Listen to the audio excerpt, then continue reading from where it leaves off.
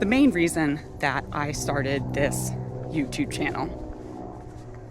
One, it's kind of therapeutic. As you can see, I like to talk and get all my anxieties out, and usually when I was running, I could think about all the things, but now I don't have that, so I do that when I walk, and now I'm sharing it with you.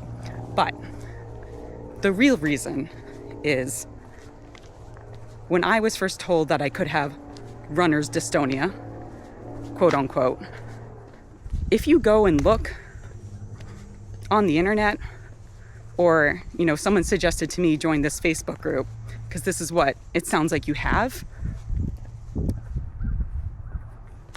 you will see not a lot of hope out there. You will see a lot of bad stories. And I feel for all of those people. And my story is not a great story. I'm still right deep in it. And this is why I want to make the channel, because people can see me go through it, and the good days and the bad days, but you can get better. You absolutely can get better.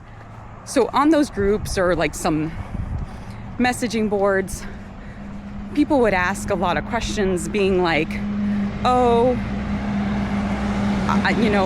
maybe I have this, but I think I actually have this because this is a particular symptom that I have, and it doesn't totally fit with runner's dystonia. And then I had this back in high school, and blah, blah, blah, blah, blah.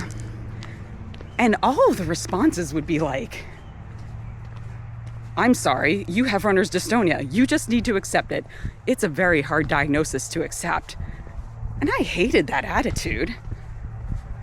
I'm sure there are people who maybe have a hard time with accepting that they have a runner's dystonia. I'm going to call it a focal dystonia, because that's what it is.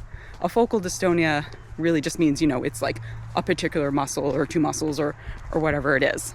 It's runner's dystonia because people were running and now they can't. But it's a focal dystonia. And I didn't like the lack of hope. That just, it's the go hang up your running shoes and accept the fact that you're not going to be a runner anymore, and you probably can't do a lot of other things too because you use the same muscles, so you're just not going to be an active person anymore, and let's be miserable about it. And I wasn't going to do that. Because there is no other way. You have no other choice. You have to try. I have to try. That's the type of person that I am, and I'm going to. And it's been a miracle that in 3.5 months, I have gone from not being able to walk at all, dragging my foot to the mailbox, not being able to go to the grocery store, avoiding going up the steps in my house because things were so difficult. And now I can walk 4 miles. I can walk a 13, 20 mile. People run miles. I'm going to say that slow because it's kind of slow. I'm sorry. I don't mean to judge. You're amazing. You're out there. You're running. I love you. Wonderful. Anyone who is just out there getting it done, no matter what pace, it's wonderful. But that's a fast walk. And that was impossible 4 months ago, 3.5 months ago. So you can get better, and you can get better. It's going to feel like a long time, but it's really a short period of time. So I just hope that I can give you hope, and we can go through this together. I'm going to keep going through and taking you through all of my medical appointments and different challenges. Like last week, my right foot was really hurting me. And today I have my Botox appointment and, various follow-ups and things like that, physical therapy. And so you can see what it's like to go through it. And if you're going through it, I would really love if you would share your experience with me, because I want to have positive people out there. And I would love to know other people that are going through something similar to me, and how we can help each other, and maybe things that you are doing that could help me, and things that I'm doing that could help you, because there's just no community for it. And I don't mean to dish you Facebook group, message boards.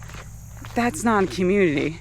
I want a community of hope and a community of progress. And there will be setbacks and difficulties, and recovery is never like this. It is always like more of like a step, and maybe sometimes a this and then that. That's just how things go. It's like training for a race. Not every run is a good run. There are for sure bad running days. There are your awesome 20 milers, and there are your terrible 20 milers. There are your good races, your bad races. There are your PRs, and then there's the you end up in the medical tent type of races. Hopefully you guys haven't ended up in medical tent. I did once. Detroit Free Press last year.